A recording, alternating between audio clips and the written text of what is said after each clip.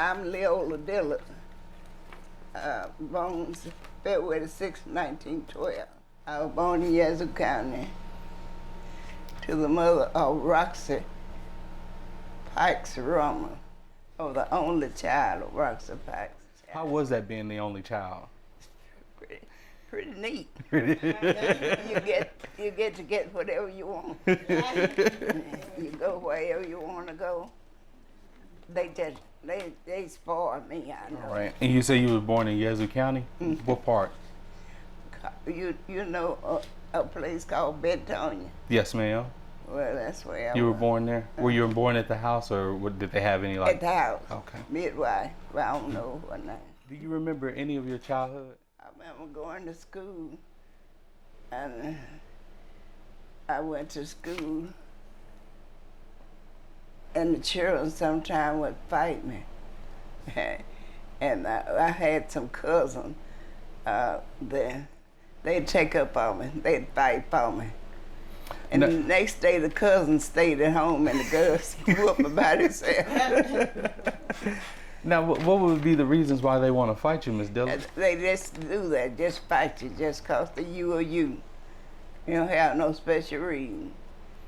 And these were people of our color skin, or were they just other people as well? No, they were black folks like I was, but they just were mean. Wow. But I went to school. I went to school as most of the time I was in school. And I went to Miss Betty. She was one of my teachers. And she taught me a record saying, the clock sitting on the wall, tick, tick, ticking time away from all.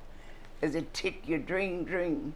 Your dream gets you nowhere if you don't get up and do something about your dream. If you don't do nothing about your dream will die when you die. But if you get up and do something, you leave your dream on here that you're dreaming now doing. So you'll leave this legacy here because you're doing something about it. Yes, The ma'am. clock goes ticking on. I got that at school. So was it from like a famous person, or Miss Betty? Yeah, she was my teacher. So she was the one who. Uh-huh. The- I don't know nothing else but about But Miss just Betty. that. Okay, that's pretty neat. The clock goes tick tock. Tick, tick, ticking on. Ticking, When ticking you got in on. the world, it start ticking on you. Wow. Tick, tick, tick. Just tick, tick, And tick. when you leave this world, it's still ticking. Still And gonna if you tick. don't dream something, do something big, do something and try to do something about it, like you're doing something about your dream. Yes, ma'am. Uh-huh.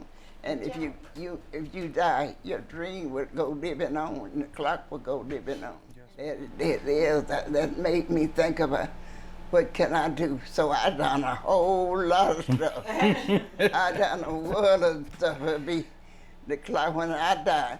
I'm leaving some legacy back here. Yes, ma'am. You Clock- definitely are. Clock ticking on, and my work is gonna be ticking on. Yes, ma'am. You leave it in your children, and they leave it in their children. Uh-huh. Yes, ma'am. So as a child, what did you do for fun? Well, I would go play with the other folks' children. They would let me go. They let me go anywhere I want to go, and I go play with the other people's children. Yeah, what type of games did you play? We played jacks, hopscotch, any of those kind of games. Now, jacks is the one where you throw down the the ball and you try to pick up as many. Okay. And we played checks. I love to play checkers. I played checkers with some of my children. I used to play with them after they got here. Mm-hmm. And so, how was life during those times? I know you're talking on the wonderful times that you were going out and play. It was great with me. It was great because I could have most anything I wanted to. It was really great. The stepdaddy that my mama married, he was a sweet man to me. And they gave me everything that I thought I wanted, gave it to me. Now, this happened back, this was around 1912. Now, what we hear in the textbooks that I always go back to, you're describing a time that was great for you, but the life surrounding you, was it different than how we see it? No, the life around me was terrible. And what made it terrible? Terrible. People had to work on the plantation. I remember once we moved to a plantation, And I told Slater to tell the man, my children go to school. When school open, I don't care what's going on. So he didn't tell me. So when school open, I told my children, get ready to go to school. And the man said, well, look, your children got to work till the field's out. I said, no, my children go to school. He said, well, you got to move. You're running my folks. You got to move. I said, well, do I move right now? Because I had bought a little piece of house up there. Mm-hmm. He said, no, wait till you get through. So we stayed on there, but my children went to school. He had a wife, a teacher, and his children, if he hadn't went to school. But we had to work till the field was out. Describe yourself as the young adult. Growing up, I know you talked about being a child and going to play, but as you started becoming a teenager, oh, yeah. How was those times? Going with the big girls and meeting these boys, and honey, I met a lot of boys.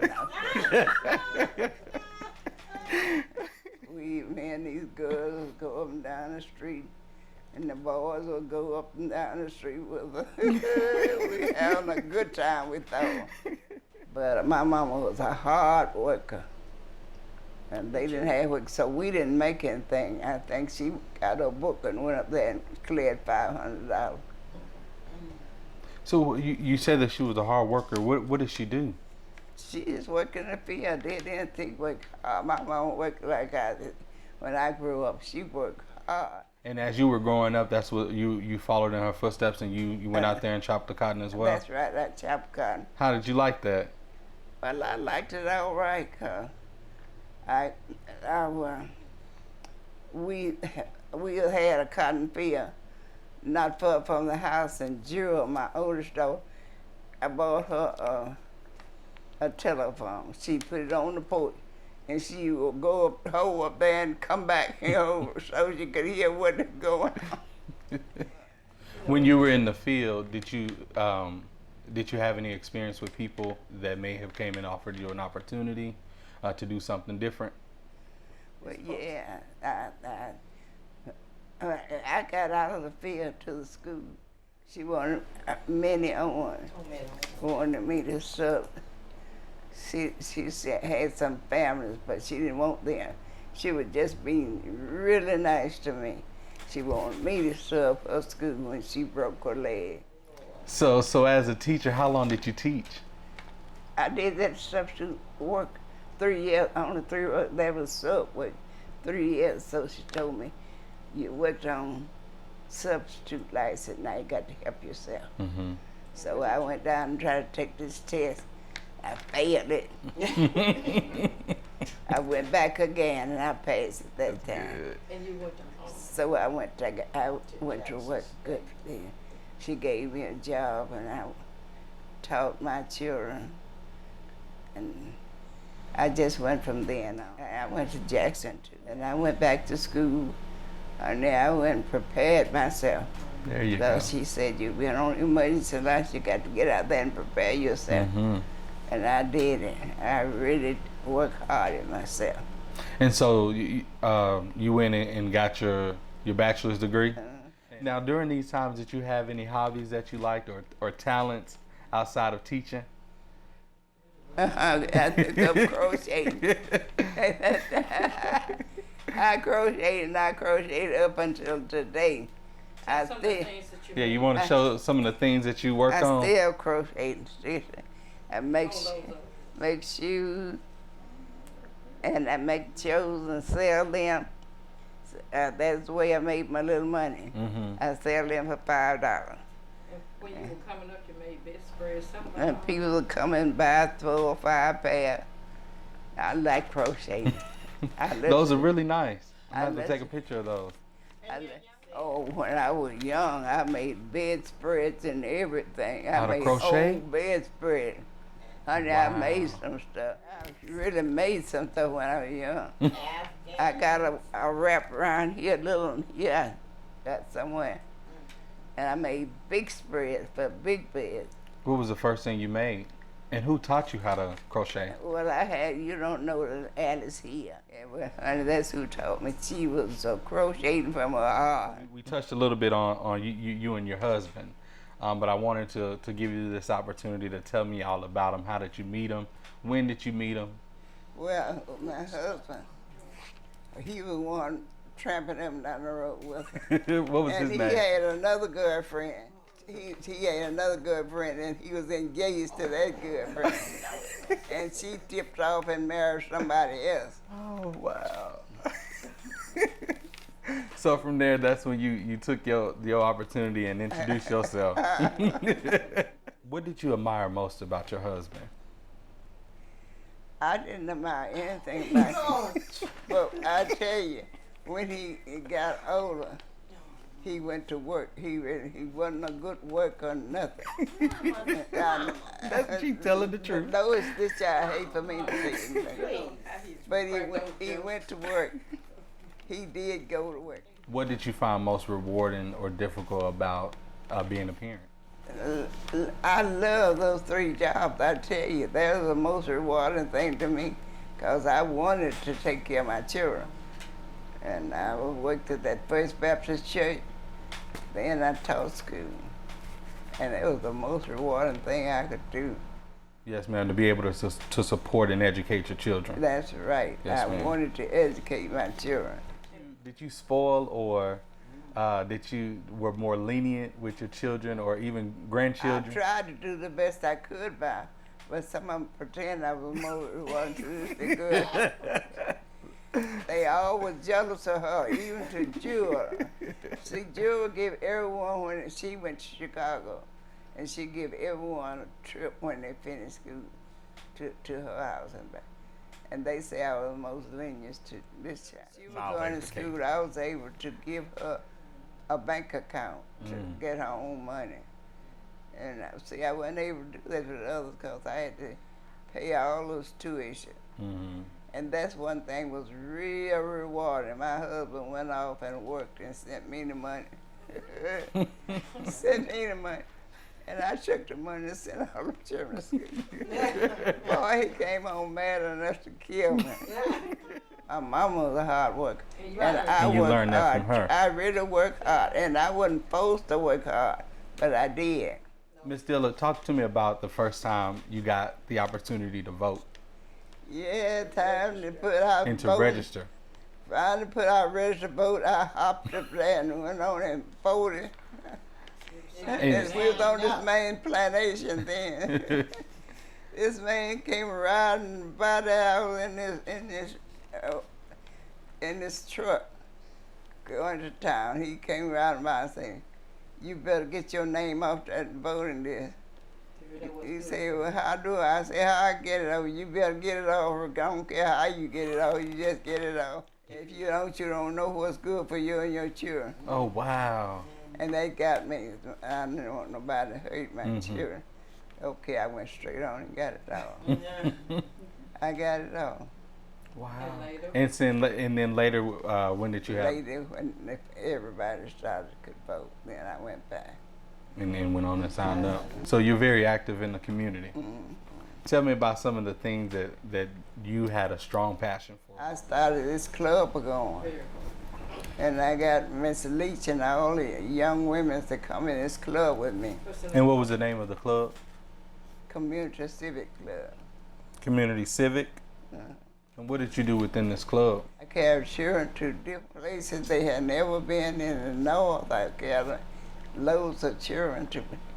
So you were helping the children in Yazoo City to take them places that they've never been never before. been. Where were the places that you've taken them to? Well, I tell you, some of these preachers got up and preached, and such as Charles Knight, I don't see his picture. That's all right. He got up and said, "This lady gave me the first job I ever had in my life." Wow. And another man said the same thing. Robinson. They all gave me credit for it. Yes, ma'am. The places that you've been, do you remember? Washington, D.C. was Petrified Forward. Yeah, to Jackson to eat. I let them rode the train. They had never done that. And I had the folks to come up to Bentonia to pick us up. As the train wasn't bringing us back. And they come pictures of them brought us back. I wanted them to see how the train ride would do. And what were some other things that you did within the community? Well, that was about the biggest. I started then in this flea market. And I started getting clothes and things to give everybody. And honey, people brought me suits of furniture. You'd be surprised at the furniture and stuff people brought and gave me. One lady, I said, "Don't you want to sell and get a little something for yourself?" She said, "No, we just brought a new set. And she giving it from her heart. We don't need it. We're going to give it to somebody." Honey, they brought so much. So that's where I stopped. I had the house full. I had everywhere I could stick some. And how did you get that started? Did you go to the news? Did you was it word of mouth? I got the news people to come up and talk to me. And tell me about your recognition in Washington. Oh boy, that was an event to really mention. She was honored with Senator Orrin Hatch. They had that big old thing up there with all our names on. Senator Ted Wow. Kennedy, Senator Orrin Hatch, So- and little Miss Leola Dillard. Yeah, but those three were on those big columns. But that Wow. was a treat to my life. That was a treat to my life right there. And Usher was there, The singer? the singer. What? He was recognized too. Usher Wow. hugged me. And Really, then they Miss said- Dillard? And He they, sent Mama a message and asked her if he could take a picture with her. And Mama said, "Oh yeah, that's so nice. The usher want to get out the door and come and take a picture." So here comes Usher and his big entourage over to Mother. And he's all squatting down, hugging and kissing her and taking pictures. And so he talks and talks to her. And then after a while, Mama taps him on the shoulder and says, "Okay, baby, you better go back to your door. I don't want you to lose your job." Get in trouble. yeah. I didn't know nothing about no Usher. And Usher said, "Yes, Yes, ma'am." I bet Usher could have bought that place. What did you do with the? Oh, I just different people had organization, Boys and Girls Club, Boys and Girls Club, Manor House. different things I couldn't do nothing for my own self, but different other things I could help other things. Yes, ma'am. So I helped a lot of people. Yeah, In York. I did.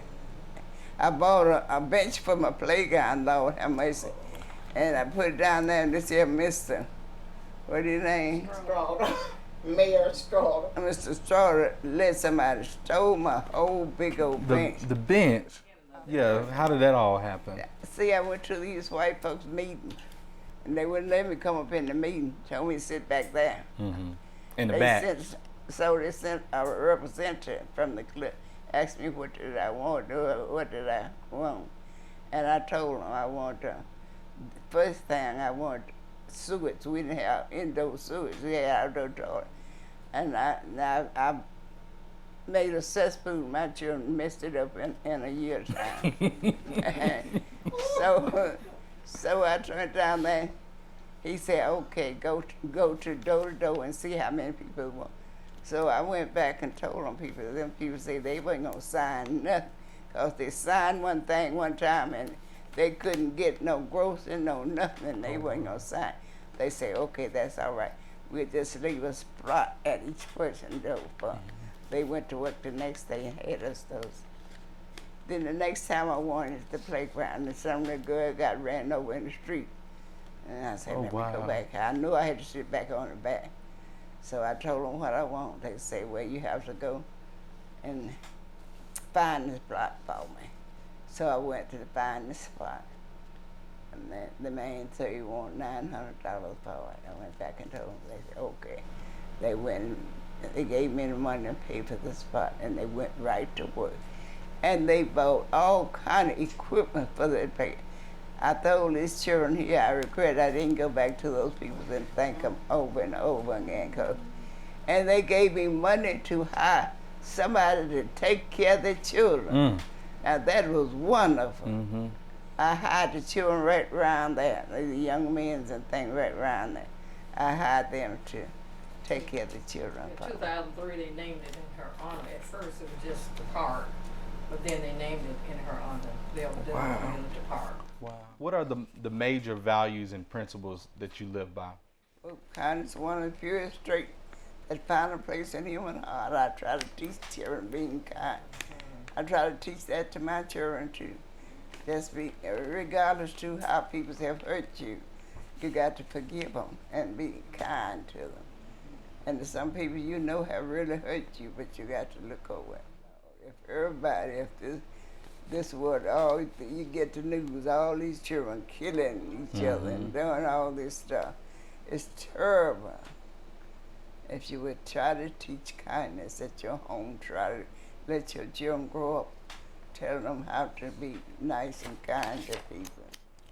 For somebody who would love to get to your age, Ms. Dillard, of 106, what would you tell that person to keep fighting? And how? What would be that message that you would tell them to just keep pushing? All I know to tell you, baby, first you think about being kind.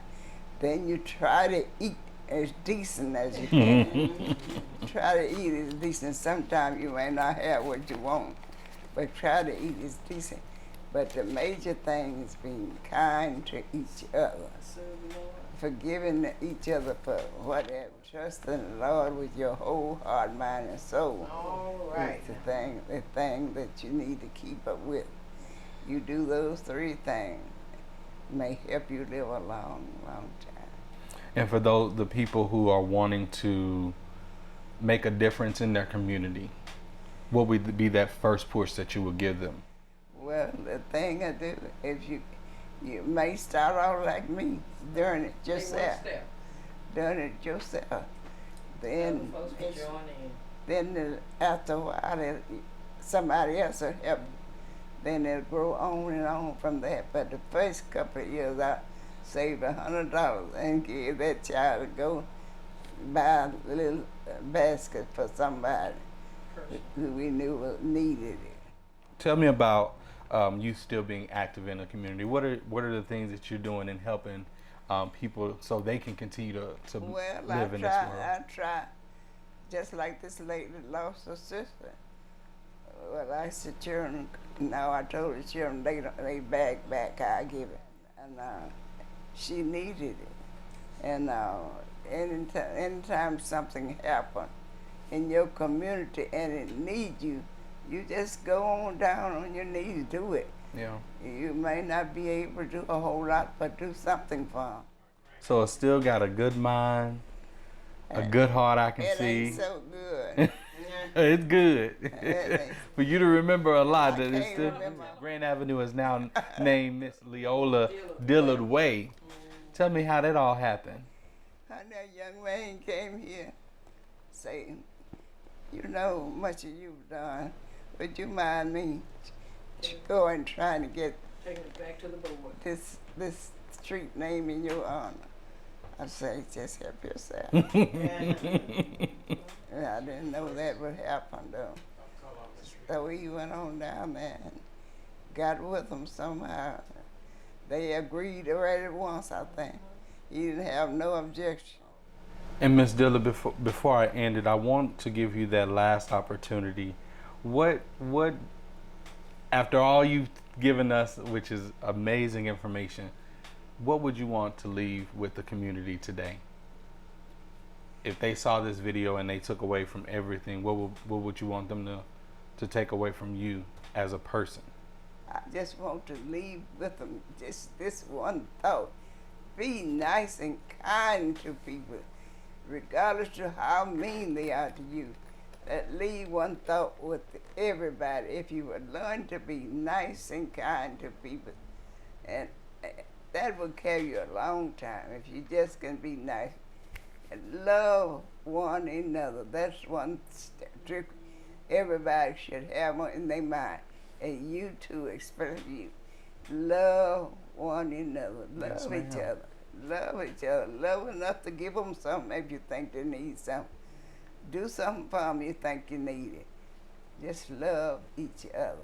I wish we could get that all over the world. It'd be a better world. Yes, ma'am, it definitely would. It'd be a better world.